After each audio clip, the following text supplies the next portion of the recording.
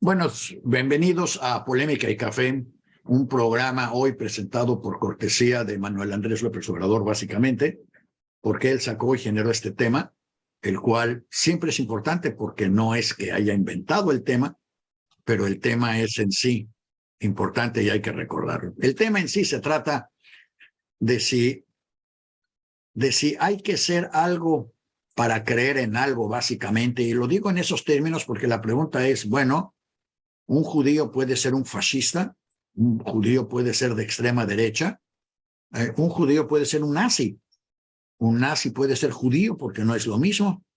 Y la respuesta a esta última pregunta es sí. Varios neonazis, después de manifestaciones de trabajo y de cosas, se han vuelto judíos y bueno, han dejado de ser neonazis en el camino, pero después de ser rapados, tatuados, manifestados, luchados, etcétera, como neonazis, deciden cambiar, pues básicamente de bando y se meten a lo judío. La otra pregunta es, ¿tiene alguna importancia si a un judío le dicen hitlerista o no le dicen hitlerista? Pues realmente no, pero sí. ¿Por qué no, pero sí? Bueno, porque una persona a la que entrevistó a mi mamá, Sergio Seri, que ganó varios premios Emmys, decía que al final él se encontró al llegar a los distintos medios de comunicación con todo lo que le decían que tenía que ser un judío, según la imagen de ellos, pues quiere decir que es importante los adjetivos que te pongan, aunque no lo seas. Ayer mismo yo en una oficina de abogados, alguien me decía, bueno, es que ustedes son muy buenos para los negocios. Y dije, nosotros yo no sé, y conozco un montón que no lo son. Bueno, lo que pasa es que ustedes, y tantito yo siempre cuando me dicen esas cosas, acorralo a la gente, los presiono para que digan exactamente qué quisiste decir. Y entonces resultó que quería decir que varias de las personas que él conoce en Tijuana hacen negocios y tienen dinero y algunos no son muy honestos y él ha peleado contra algunos de ellos, legalmente representado a los que, curiosamente, a un judío en contra de otro judío, que no tiene nada de curioso, pero eso significaba que hay un judío que fue tramposo y un judío que no fue tramposo, que fue tramposeado. Pero la presencia es, bueno, si eres judío tienes que ser empresario, no. Si eres judío tienes que ser rico, no. Si eres judío tienes que ser tramposo, no. Pero están los adjetivos. Y en este caso, pues el adjetivo que se usó es fuiste hitleriano. Voy a decir algo también. Yo tuve que escuchar varias veces el discurso de Manuel Andrés, porque dije, bueno, ¿él realmente le está diciendo hitleriano a Al-Azraqui o le está diciendo, o lo que le está tratando de decir en el idioma extraño que usa Manuel Andrés, siempre vago, siempre tratando de inventar una nueva frontera? Le estaba diciendo nada más, yo creo que tú eres un fascista, yo creo que tú eres de derecha, porque yo a Manuel Andrés me identifico como de izquierda, lo cual es muy penoso porque todos los que se identifican como izquierda han desacreditado por completo a la izquierda. Y no solo Manuel Andrés, Cuba, Nicaragua, Venezuela, se identifican como izquierda, con lo cual pues le han quitado a la izquierda para que vean lo importante de las etiquetas. Si yo le digo a cualquiera de ustedes, yo soy de izquierda, me van a identificar con todos estos criminales. Y digo criminales porque Maduro es un criminal, Daniel Ortega es un criminal, Castro es un criminal, y además son dictadores. Y no son de izquierda, son dictadores, punto. A lo mejor son comunistas, pero definitivamente no son de izquierda ni son socialistas, pero pues ya mancharon con la sangre que han tirado y con las leyes que no han respetado, ya mancharon el nombre para siempre. Y entonces la pregunta es, Carlos ¿por qué no puede ser hitlerista? Bueno, porque para ser hitlerista primero tendría que suicidarse. ¿Por qué? Porque lo primero que tendría que hacer para ser hitlerista es reconocer que hay razas y que las razas tienen un cierto valor de acuerdo al hitlerismo. La raza número 1 son los blancos anglosajones. Todos los demás están para servirles a ellos. La última raza son los gitanos. Arriba de los gitanos están los homosexuales, que no son raza, pero los meten como grupo igual, porque para todos estos populistas y fascistas los términos no son especialmente importantes. Son así como que etiquetas genéricas que acomodan a su discurso. La que se sigue arriba son los judíos, la que sigue arriba de los judíos son los polacos y la que sigue arriba de los polacos son los latinos. Quiere decir, las últimas 5 a las que hay que deshacerse de ellas son esas 5. Para quienes no lo sepan, el basurero en Auschwitz, o sea, la bodega de la basura, donde se juntaba lo que ya no podían hacer absolutamente nada con ellas, ese basurero se llamaba México. Donde estaba la bodega de las cosas buenas se llamaba Canadá y la mala se llamaba México. O sea, después de arribita de los judíos están los mexicanos. Y bueno, pues los judíos mexicanos están perdidos porque están entre los dos, no tienen salvación. Y Carlos Salazar es uno de ellos. Entonces, para ser hitleriano, primero tendría que aceptar suicidarse porque como judío está condenado y como mexicano también por los dos lados. Segundo, tendría que tener ideas fascistas. Y Carlos Alasraqui, yo no sé si tiene buenas o malas ideas, pero definitivamente las que tiene no son fascistas. ¿Qué quiere decir fascistas? No sé si alguien quiera participar y preguntarnos y decirnos qué quiere decir fascistas. ¿Tú qué dices, Judith? ¿Hay alguien voluntariado? Bueno, si no hay nadie voluntariado, a ver, ¿si hay o no hay? No. Bueno, no tenemos a nadie. Si no hay, ¿qué les parece si yo trato de decirles primero lo que yo creo que es un fascista? Entonces, yo creo, de acuerdo a mi definición del fascismo, porque igual que todo, yo también me reservo el derecho de tener mis otros datos para todo lo que hago. ¿Qué creo? Bueno, el fascismo. El fascismo es un nombre, curiosamente, es un símbolo etrusco, más viejo que eso no podía hacerlo, que es una serie de varas atadas para crear un eje central. Este eje central significa que ninguna vara de todos están hechos nada más para servir a la vara central. Mussolini inventó el nombre de fascismo para dirigirse a su ejército, es decir, todos son varas que se juntan en un solo paquete y al juntarse en un solo paquete es de donde sacan su fuerza. ¿Qué determina quién es un fascista? Bueno, lo primero es que el fascismo siempre, de alguna manera, rechaza el futuro y el modernismo para establecerlo como que el futuro solo va a ser bueno si somos fascistas. El fascismo no tiene paciencia para el pensamiento libre. El fascismo esto es, yo ya te dije lo que es y todos lo tenemos que seguir. No seguir lo que yo digo es traición que merece la muerte. No puede haber crítica, no puede haber comentario. Ya te dije, nada más actúa y hazlo. El fascismo está fundado en el miedo a lo diferente o a la diversidad. El fascismo siempre tiene además los buenos y los malos en una definición muy clara de blanco y negro.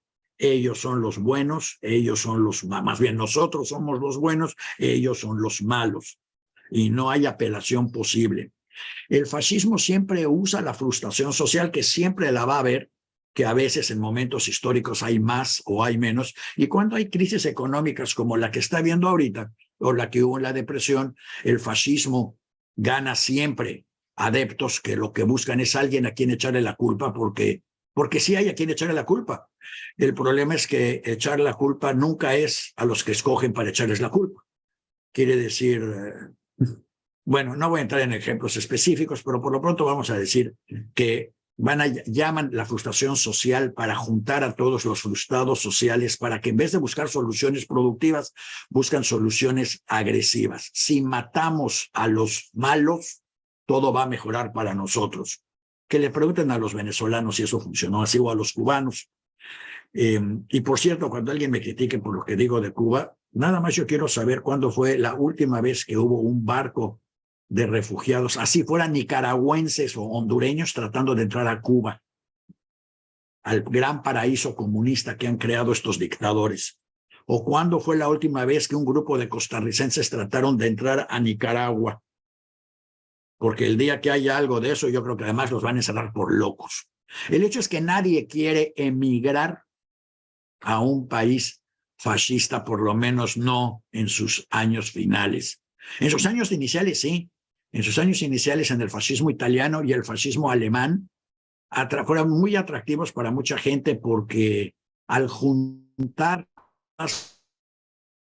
y meterlas al ejército básicamente, o a una policía, o a un grupo pandillas del bienestar, o a como le quiera usted llamar, se les da de comer mínimamente, pero ya no aparecen como desempleados en la calle. Además, si bien el sueldo que les dan no alcanza, alcanza para tenerlos juntos, precisamente como los faches, y para que no anden en la calle creando más problemas que el mando mayor les dice que tienen que crear. En fin, hablan sobre todo de seguridad nacional, la cual generan bajo sus términos. Solo está seguro el que dirige su pandilla y sus amigos. Los demás son un problema para la seguridad nacional y tienen que desaparecer, como lo desapareció Pinochet. En el fascismo hay un entrelazamiento profundo entre gobierno y religión. No hay fascismo exitoso sin que la religión lo apoye. El peor o más dramático o triste ejemplo de eso es la relación entre el Vaticano y la Alemania nazi. Hitler no tenía posibilidades de tomar y de gobernar Alemania hasta que el Papa nazi tuvo una reunión con él y aceptó sacar de Alemania al director del Partido Socialdemócrata, que era católico, llevárselo al Vaticano, de donde no lo soltó durante toda la guerra, y quitó el castigo que tenía la Iglesia Católica de que cualquiera que fuera nazi estaba excomulgado de la Iglesia, y dijo que ya no, ya puede ser católico y ser nazi, aunque hagas todo lo que tiene que hacer un nazi. ¿Qué quiere decir eso? Hay que defender al no nato, pero hay que matar a diestra y siniestra a todos los ya nacidos. Es una relación que yo nunca he podido entender, pero a mucha gente le queda muy clara. Mientras el punto sea controlar el útero de una mujer, todo se vale. En el momento en que sale del útero ese ser, ya sirve para alimento de cualquier idea que ellos quieran. En fin, en el fascismo no hay sindicatos y los sindicatos son controlados. En el fascismo se suprime o se persigue o se elimina toda libertad individual en distintos niveles. O sea, no se da todo de un día al otro. Se controlan absolutamente los medios de comunicación y sobre todo el discurso político. Se habla durante horas y horas en un discurso mañanero de Chávez o de Hitler o de quien sea. Luego los medios de comunicación están contratados para repetir ad infinitum lo que se habló en la mañana, y al final del día de lo único que se habló fue de lo que quería que se hablara quien controla la propaganda política. Esa misma propaganda política, por consiguiente, rechaza dramáticamente a los intelectuales y pensadores. No se vale ser ni intelectual ni pensador en un grupo fascista, en un grupo populista. Y represiones, y todas son violentas. La corrupción es desenfrenada, igual que con Castro, igual que con Arafat, igual que con Daniel Ortega, igual que con Maduro. Las bolsas de papel con dinero van de un lado al otro. Y claro, se busca, cuando llega al poder por medios democráticos, lo primero que se busca hacer es desarmar el tinglado democrático para que otros no puedan llegar a quitar a los populistas de ahí. Así pues, la definición básica es: el populismo tiene un caudillo, todos tenemos que seguir al caudillo, las instituciones están sujetas a la voluntad del caudillo. Es algo así como: no me digas que no se puede por la ley la hago, yo soy la ley. En algún lado hemos oído esas frases. Siempre se habla de los pobres, de cómo hay que cuidar a los pobres, y siempre que se puede se habla de Dios, y en muchos casos específicamente se habla de Jesús y de Cristo. No quiere decir que todos los que hablan de Jesús y de Cristo sean fascistas, pero para el fascismo y el populismo la iglesia ha sido importante, aunque, debo destacar, no lo fue en Nicaragua y no lo fue en Cuba, al contrario. Pero en fin, el fascismo da algo muy importante a la gente, por eso existe y por eso sobrevive. Le da una razón de ser, porque el fascismo le dice a la gente, tú que crees que no eres nadie, eres mucho. Tú eres una parte vital. Sin ti no existe el fascismo, no existe el grupo. Y tú estás aquí para mejorar al país. Ayúdanos a hacer lo que ya te dijimos que hay que hacer. No lo pienses, no lo critiques, no lo analices, nada más haz lo que te dijimos que tienes que hacer.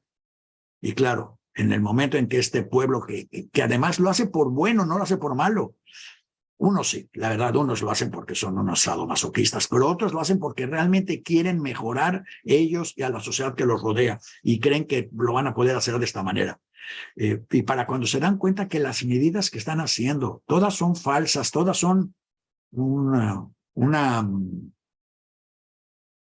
podemos decir? Una pantalla que se montó para hacer creer que todo se cumplió y todo se logró, aunque no se logre nada. Para ser más concretos, y dado que estamos hablando de quien inició esta discusión, que fue Manuel Andrés, él va a inaugurar en estos días una refinería que no refina. Va a inaugurar con aplausos y con todo un gasto que era 8,000 millones de dólares o no sé cuántos, que ahora ya son 12,000 y que además nadie sabe cuántos fueron porque lo escondieron, igual que el segundo piso del Distrito Federal cuando él estaba a cargo de eso. Ni siquiera hay todavía tuberías para que si sirviera la refinería pudiera salir de ahí gasolina. Pero eso no importa. Importa que se va a inaugurar porque hay unas cuantas oficinas. Importa que se hizo la medio construcción. Importa que el dinero que ya se gastó ya fue a dar a las bolsas de mucha gente. Sí, también a las máquinas que están ahí, pero indiscutiblemente también a las bolsas de mucha gente, porque si no, no habría populismo. O como en algún programa dijo él, sin corrupción no hay gobernabilidad. Entonces, eso es el populismo, eso es el fascismo. Entonces, ¿puede Al-Azraqui ser todo eso? Pues no, no puede. Uno, porque no tiene acceso a tanto dinero. Dos, porque ni siquiera está en un movimiento político. Si cualquiera que conozca a Al-Azraqui va a saber que él no tiene, curiosamente, tendencias políticas. ¿Tiene un odio profundo a lo que está pasando ahorita en México? No. Tiene un resentimiento profundo a lo que está pasando en México, entre otras cosas, porque mientras en las mañaneras le dicen que el orden y el crimen van en descenso, bueno, el crimen va en descenso y el orden en ascenso, a él le matan, le asesinan prácticamente a su secretaria, y él puede ver los resultados de la falta de legalidad, de la impunidad absoluta en el sistema, y de que comercialmente, económicamente, es la palabra que debía haber usado, el país no está bien, no va bien, a pesar de que debo de reconocer que Dios lo quiere mucho, porque el aumento del petróleo y el aumento de las divisas han ayudado a este gobierno a mantenerse contra viento y marea.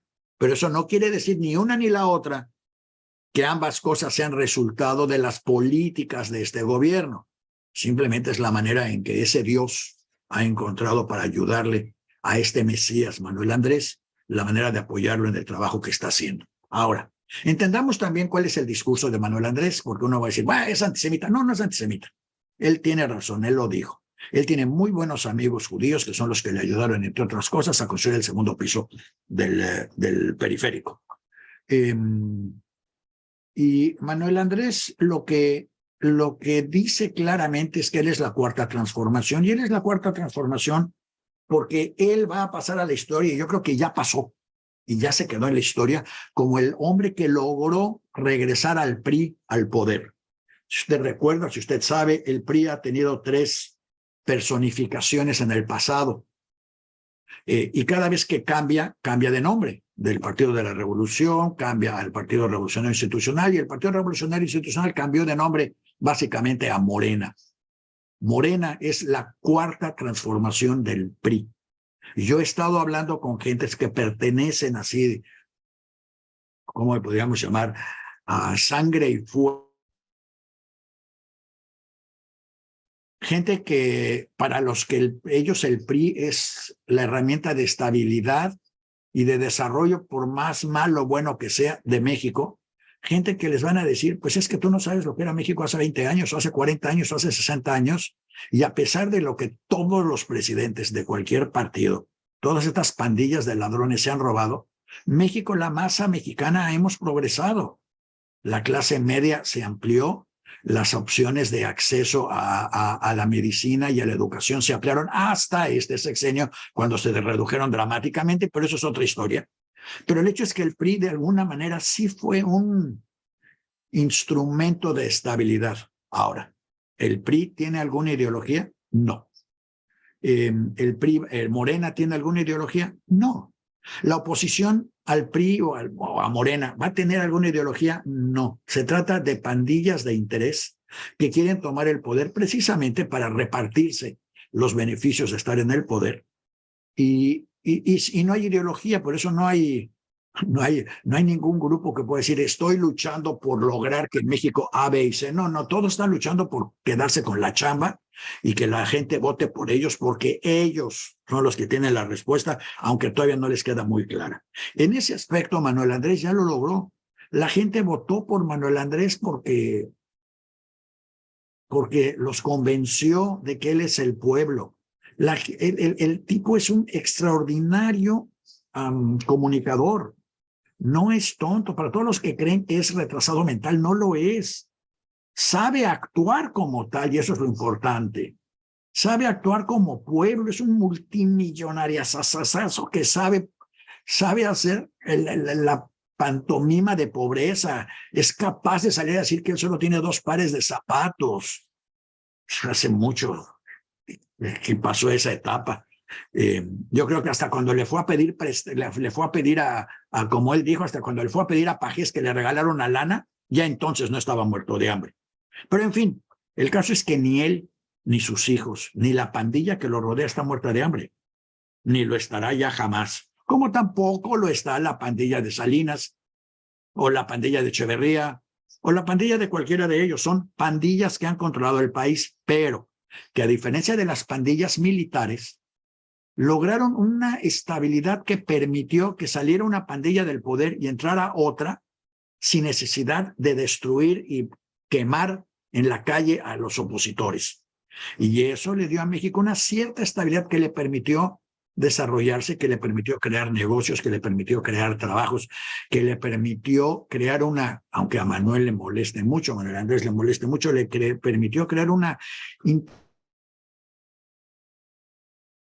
menos pensante, que es muy interesante ver cuántos mexicanos educados en México son verdaderas eminencias en sus campos en todo el mundo, porque la UNAM cumplió con su papel hasta que dejó de cumplirlo, y a lo mejor pronto lo vuelva a cumplir, pero sí hubo un momento en que en México la gente, a pesar de estas pandillas populistas, los individuos empezaron a creer verdaderamente en un México que yo decía siempre está a punto de llegar al primer mundo. Y en cuanto está a punto de llegar al primer mundo, el gobernante a cargo se hace cargo de destruirlo todo para volver a empezar.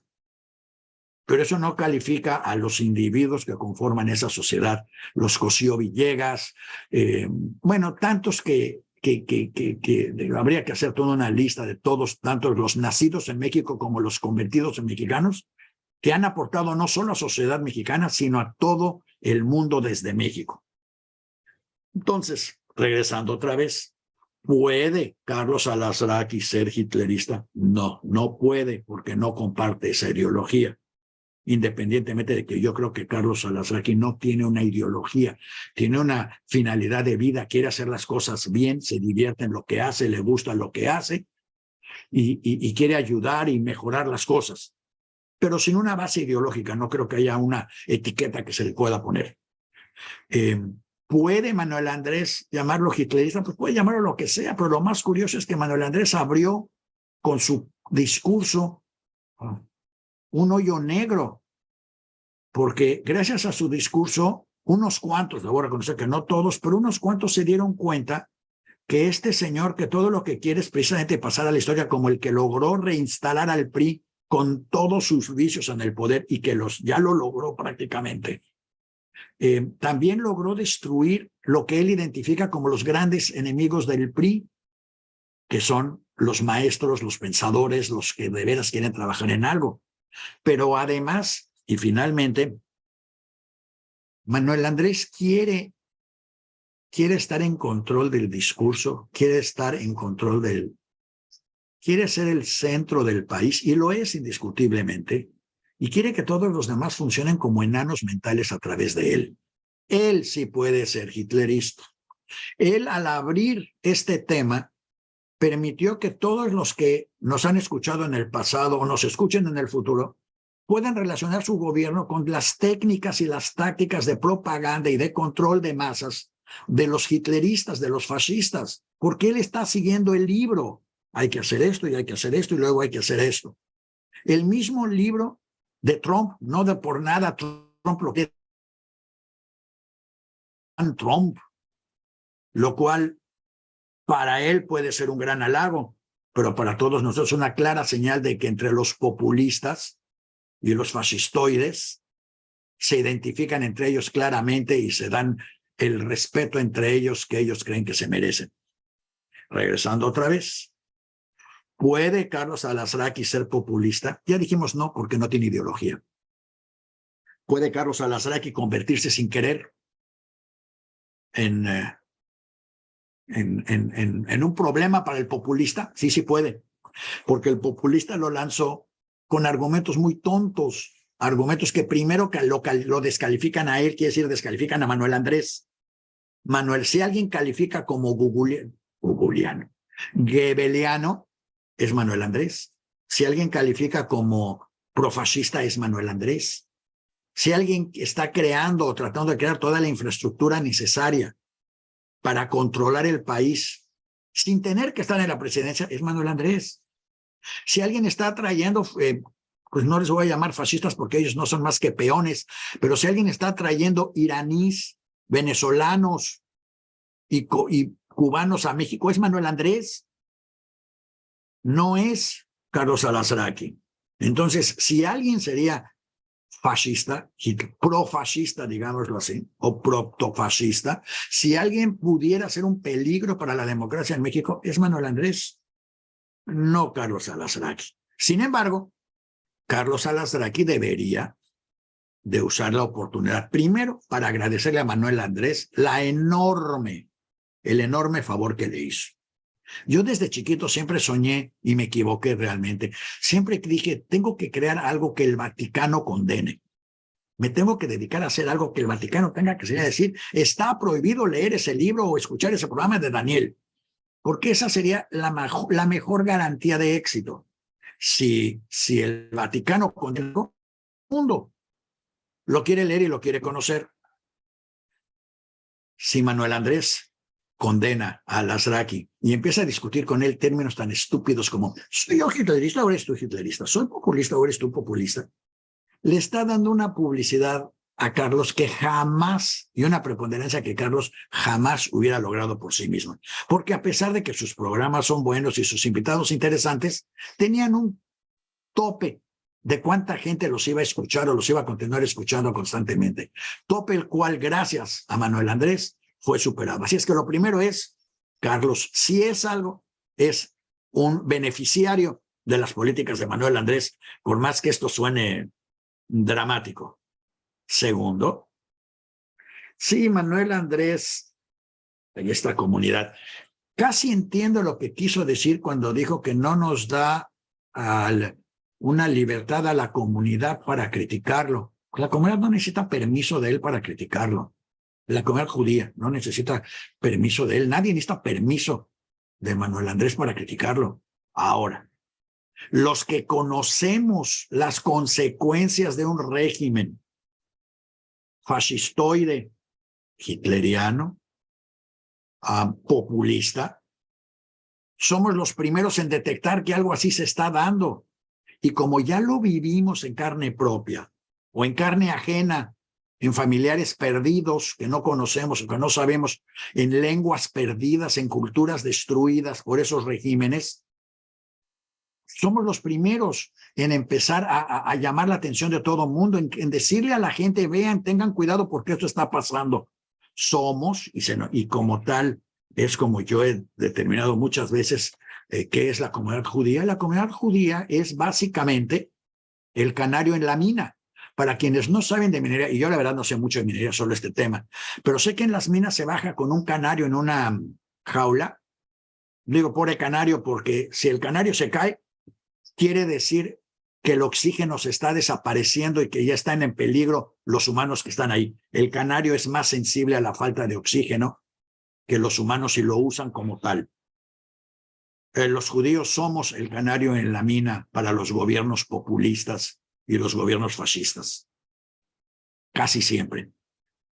Hasta en Estados Unidos, donde hay sectores enormes de la comunidad judía que es pro-trumpista, la parte judía, llamémosle, los intelectuales o los salidos de Europa no lo son, porque notan y saben y identifican las acciones de Trump como acciones prefascistas.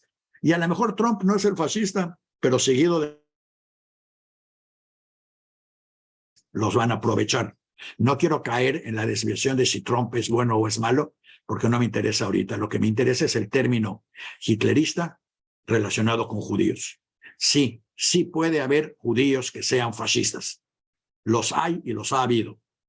Hay gobiernos, y no me voy a meter en el tema tampoco, judíos que han sido fascistas, en el término de que ellos tienen la única verdad, de que atacan a la libertad de prensa en su país, de que todos tienen que hacer lo que ellos digan y de que ellos son los únicos dueños de la verdad.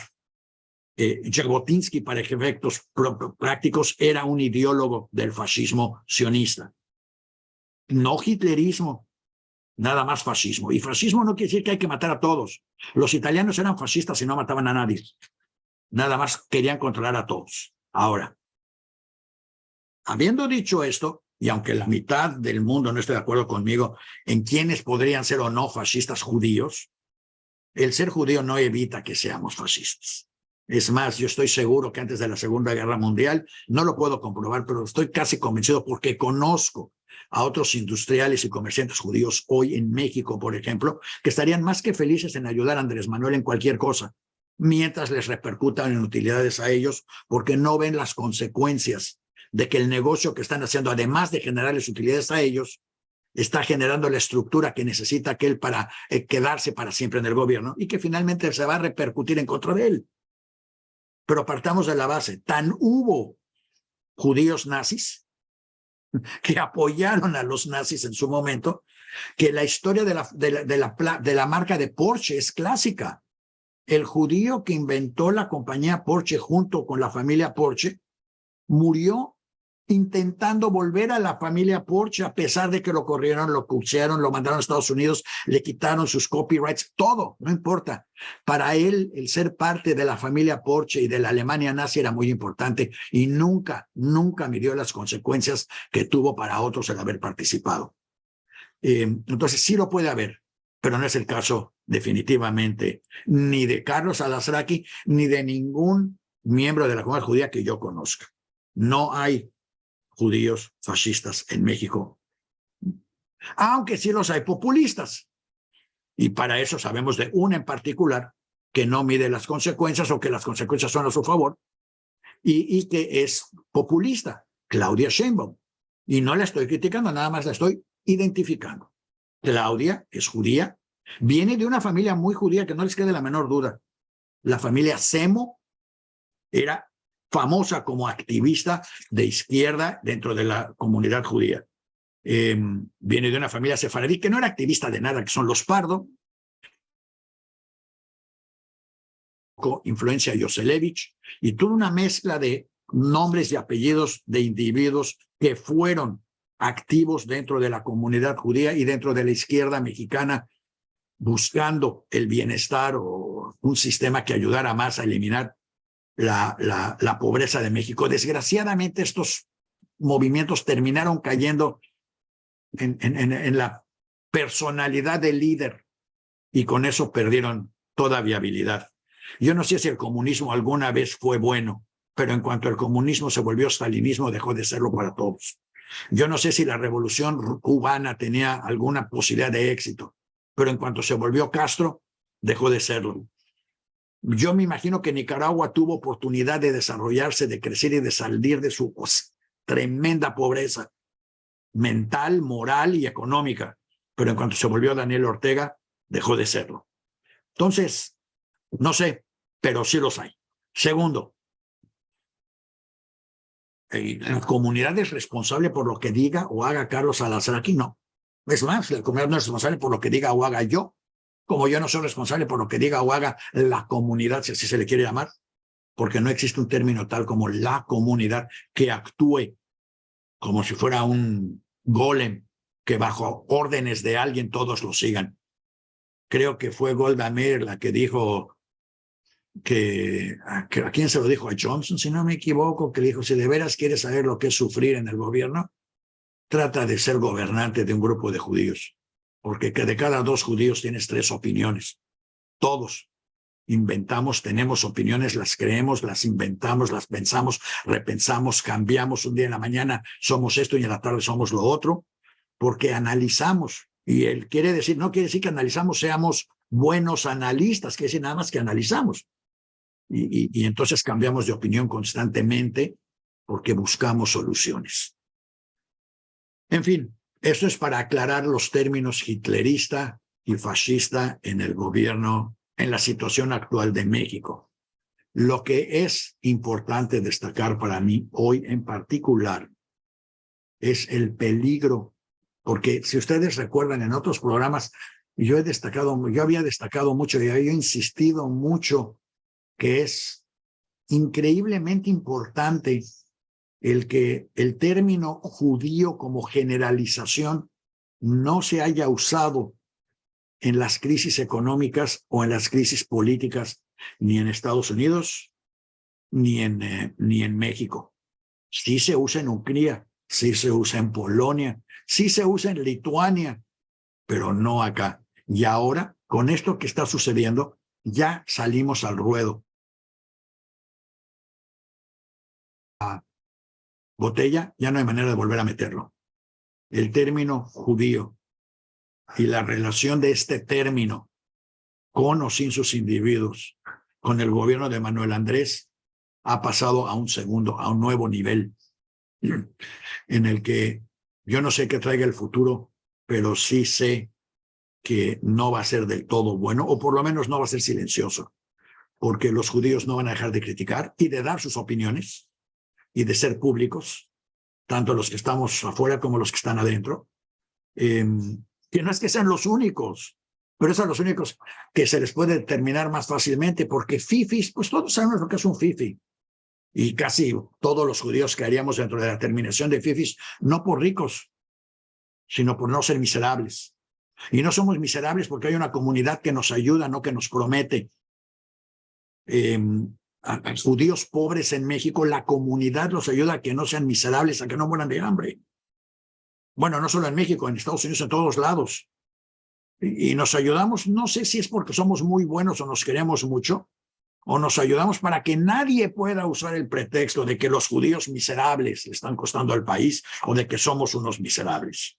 Entonces nos ayudamos porque 1, así viven mejor, 2, así es como se recicla el capital genético en la comunidad, porque uno nunca sabe si el hijo del rico se va a casar con la hija del pobre, porque el ser rico o ser pobre es rara vez es el determinante de un matrimonio judío clásico. En un matrimonio judío clásico, la capacidad mental de uno o lo de los 2 cónyuges es lo que determina la relación. En Violinista en el Tejado, el carnicero lo que quiere es a una mujer buena, joven, bonita, educada. Ella lo que quiere es a un maestro intelectual, pensador, que prometa y que ofrezca la salvación futura. O sea, el hecho de pensar, de estudiar, de analizar es importante dentro de la mezcla genética judía. No es que seamos más inteligentes, pero si en la casa se la pasan los papás todo el tiempo, a ver tu boleta, a ver tu tarea, ¿por qué hiciste esto? ¿Cómo que le reclamaste a la maestra? Cualquiera de ustedes que sea maestro sabe que hoy en las escuelas no puede uno regañar a los niños. Ay, no lo regañes porque si no su papá se va a enojar. Y eso se da también ya en colegios judíos, desafortunadamente, pero antes no era así. Como lo dijo Seji, el maestro era el maestro, para bien o para mal. Y teníamos que estudiar y teníamos que traer calificaciones y teníamos que justificarlas. Y el que no era capaz de traer buenas calificaciones, pues iba al colegio militar. Y el que no era capaz ni siquiera de sobrevivir al colegio militar, pues se iba a trabajar con el papá y ya otra cosa. Pero las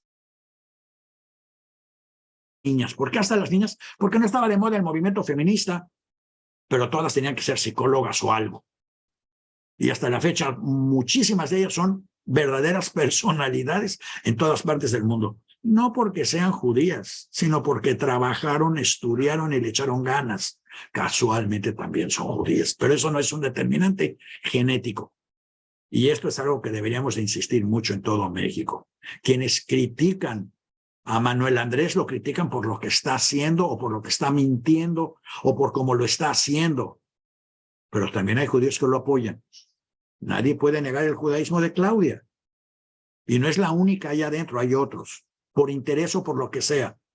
Entonces, lo único que tenemos que asegurarnos a partir de ahora es que no se determine nuestro término de comunidad judía o de miembro de la comunidad o de originario judío con enemigo de la transformación, que fue lo que él trató de hacer en su último discurso. Esa es la parte más peligrosa. No necesitamos que nos den una patente de corso para criticarlo. Lo criticamos porque somos ciudadanos mexicanos y tenemos el derecho de criticarlo, aunque a él no le guste. Lo criticamos porque también criticamos a Salinas y también criticamos a Peña Nieto. Y es cierto, a lo mejor nuestras críticas no evitaron que ninguno de estos pandilleros ladrones vaciaran el país, pero los criticamos. También es cierto, hubo muchos miembros de la comunidad que los apoyaron porque fueron cómplices de ellos, sí es cierto. También hay otros que los aplaudieron porque trabajaban para medios de comunicación vendidos para ellos, también es cierto. En resumen, habemos de todo. El término judío como tal no es determinante de absolutamente nada. Y eso es lo que Manuel Andrés tiene que repetir varias veces. El hecho de que él tenga 3 amigos constructores judíos, amigos, socios, compinches y lo que él les quiera llamar, pues qué bueno. Ojalá tenga muchos más y ojalá conozca a muchos más. Pero no los tiene ahí por ser judíos, ¿eh? Él no salió a la calle a decir, a ver, quiero un judío que me ayude. No, no, no. Él salió a la calle a decir, a ver, ¿quién me va a ayudar? Y casualmente, estos señores, que casualmente son judíos, estaban disponibles para ayudar. Y siguen seguramente siendo parte del grupo de apoyo a este señor. Entonces, más que nada, en polémica, lo que queremos dejar planteado es qué es y qué no es un judío. Y el peligro de que se use el término, a mí me preocupa mucho más el término judío, patente de corso a la comunidad judía, que el término hitleriano. Porque hitleriano puede ser cualquier imbécil que se las da de ínfulas de fascista. Pero miembro de la comunidad es cualquier pobre tipo que es miembro de la comunidad por ser miembro de la comunidad y que a lo mejor es tan mediocre como otros, o tan inteligente como otros, o tan trabajador como otros, o tan lo que usted quiera como otros. Y unos trabajan en la Merced, y otros trabajan en el centro, y otros trabajan en Interlomas, y otros no trabajan. Pero son determinantes sociales, económicas de ellos, no son por ser parte de la comunidad judía. Lo único que tienen por ser parte de la comunidad judía es que no están totalmente muertos de hambre y abandonados, como otros sectores, desafortunadamente, del país, que sí, si se pudieran organizar, como con todo respeto se ha organizado la comunidad judía, todos tendrían medicinas para el cáncer para sus hijos. A lo mejor no tendríamos el servicio médico danés que ha creado en teoría Manuel Andrés, y no se rían, la gente en la calle, algunos se lo creen, porque además ni siquiera saben dónde está Dinamarca. Usted se sorprendería de cuánta gente no puede localizar en un mapa a México, pues menos a una Dinamarca. Y lo único que saben es que son así como que, ¡ay, tenemos servicios médicos daneses! Pues sí, nomás váyase a parar a cualquier oficina del Seguro Social y dígame, y pregúntele a la gente en la cola cuál es la diferencia entre el servicio que reciben ahí Y el servicio que recibirán en Dinamarca, pues no tienen ni idea. Eso es un demagogo. Eso es un populista. Quien sabe usar esas cosas para que la gente le crea todo. Y la gente que yo conozco que desafortunadamente conozco en esos ámbitos, les puedo decir, uno, hay gente que está regresando a México ante la convicción de que al fin el PRI, el viejo PRI, se ha transformado y regresa al poder como debería de regresar. Y ellos van a México a buscar una posición en el nuevo cuarta transformación del PRI, porque ellos sí entienden cómo funciona ese sistema. Otros van a seguir saliéndose porque esa transformación del PRI va a seguir generando pobreza. Vean nada más como colofón al programa de hoy. Murieron 40 y tantas personas en un camión. El camión salió de México. Nadie lo vio al salir. Nadie lo vio al ser cargado. Y a nadie le importó tampoco. Claro, la siguiente pregunta es ¿por qué los mexicanos se subieron a ese camión para cruzar la frontera para venir a Estados Unidos? ¿Y por qué no se quedaron con el éxito de la cuarta transformación? ¿O por qué no se fueron a Cuba? ¿O por qué mejor no se van vía Guatemala a Nicaragua? No, se vienen a Estados Unidos. A ver si logran conseguir un trabajo de ilegales que les va a pagar un poquitito y con ese poquitito van a lograr mantener a sus familias en México que viven. ¿En qué clase de miseria tienen que vivir para que lo que logren ganar como ilegales en Estados Unidos sirva para comer ellos y mantener a su familia en México? Pero en fin, lo suben al camión. Yo no sé si alguno de ustedes alguna vez ha cruzado una frontera americana en coche o en camión.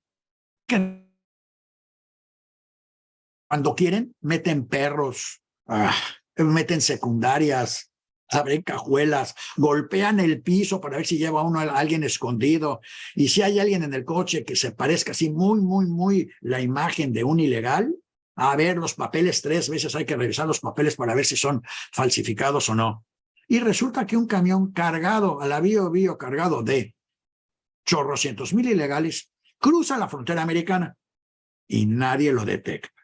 Cruza otros 2 puntos de chequeo de la migra y nadie lo detecta. Déjenme decirle, estos camiones no pasan sin por lo menos abrir la cabina de atrás a que se observe. Si se hubiera abierto, no venían escondidos los migrantes, venían tirados en el piso. Quiere decir, y luego la tercera parte, ¿qué hacía el camión parado a un lado de la carretera? Yo les voy a decir, yo creo que ese camión estaba parado al lado de la carretera esperando que le avisaran que el agente de la migra que lo iba a dejar pasar en el siguiente chequeo ya estaba en su turno. Y como todavía no llegaba este señor, el camión estaba parado esperando que le avisaran para poder pasar y seguir hasta Chicago. Porque otros camiones saben a dónde van. A mí me ha tocado cruzar al revés. Y cuando cruza uno a México y lo paran, nos marcan. Y si uno va al interior de México, en la siguiente parada nos vuelven a parar con lo mismo, lo radiaron. Oye, ahí va este tipo que lleva esto en el coche, yo ya le saqué 100 pesos, sácale otros 100. Y vamos marcados, como con una cruz así, una X grandota en el automóvil.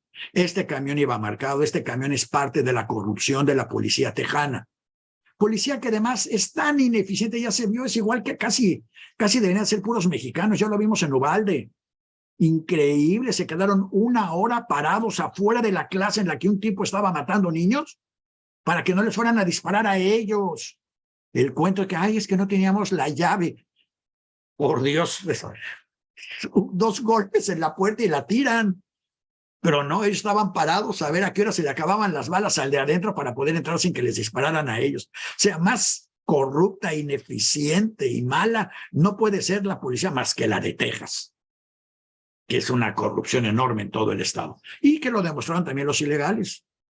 Y que está encubierto, pero nadie, ni en las madrugadas, ni en las matutinas, ni en ningún lado ha dicho, ¿por qué estos ilegales tienen que salir? ¿Por qué los consulados tienen que dedicarse a repatriar cuerpos? Y no el gobierno dedicarse a asegurarse que haya servicio médico en México, que haya trabajo y comida para todos. En fin, el caso es que cuando juntan los dos temas, uno se puede dar cuenta con qué facilidad el tema de Al-Azraqui, hitlerismo y la patente de Corsito de lo que el gobierno realmente quiere. Entonces, yo desde aquí le informo al señor Manuel Andrés no le pido ni me interesa su patente de curso. Yo invito a todos los que quieran criticarlo a que vengan y participen en Polémica y Café. También invito a todos los que quieran defenderlo a que vengan a defenderlo a Polémica y Café. Como muchas veces hemos dicho, todo mundo tiene el derecho de estar en desacuerdo completa o parcialmente conmigo. Y yo les voy a defender su derecho de expresarlo mientras no metan en el asunto ¿cómo lo podríamos llamar elegantemente? Mientras el ataque sea contra mí y mis ideas. Y no me salgan con barrabasadas de que ustedes, los judíos, que quieran, no, eso no se vale. Soy yo y conmigo es lo que quieran. Y además siempre les voy a respetar el derecho a vivir en el error, lo cual considero hace casi cualquiera que está en desacuerdo con mis ideas. Pero claro, esa es mi opinión. Ustedes tienen el derecho de venir y demostrarme que estoy en el error y participar directamente. ¿Y cómo participan en Polémica y Café? Muy fácil. Lo pueden haber hecho durante este programa, lo pueden hacer en el chat o lo pueden hacer después de ver el programa mandando sus comentarios y o pidiendo a editor@polémica y café diciendo yo quiero participar en este programa, quiero que me entrevisten y quiero ser parte del programa. Y con todo gusto les vamos a dar acceso, les vamos a dar cámaras, les vamos a dar todo lo necesario para que vengan a participar. La única regla es que no digan groserías. O sea que hay algunos de estos de los que estamos hablando de que ya no podrían venir, tendrían que controlar el uso de sus groserías y que las sandeces que digan las corroboren. O sea, si quieren decir, y que no digan todos, no existe todos, ni todos los mexicanos, ni todos los americanos, ni todos los blancos, ni todos los católicos, ni todos los cristianos, ni todos los judíos, ni todos los Danieles. Cada uno por su parte. Entonces, mientras no usen el término todos, no metan a la mamá de nadie en el asunto y no usen groserías, son bienvenidos a poner su opinión y a discutirla con un servidor y con cualquiera otro que quiera discutirla con ustedes. ¿De acuerdo, Judith? ¿Ya ven? Hasta Judith ya renunció. No, de acuerdo. No. Muy bien.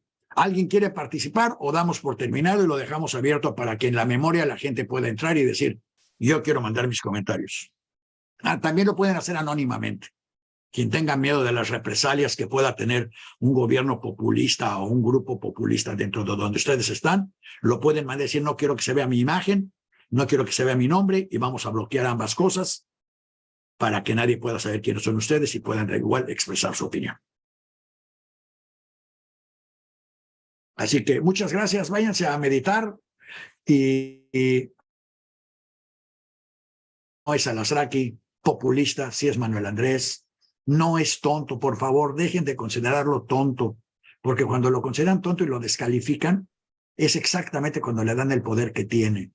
Ni es pobre, ni es ignorante, ni es un imbécil. Al contrario, es muy rico, sabe perfectamente lo que está haciendo y es muy maloso. Entonces hay que exhibirlo como lo que es. No le den por su lado. Y muchas gracias.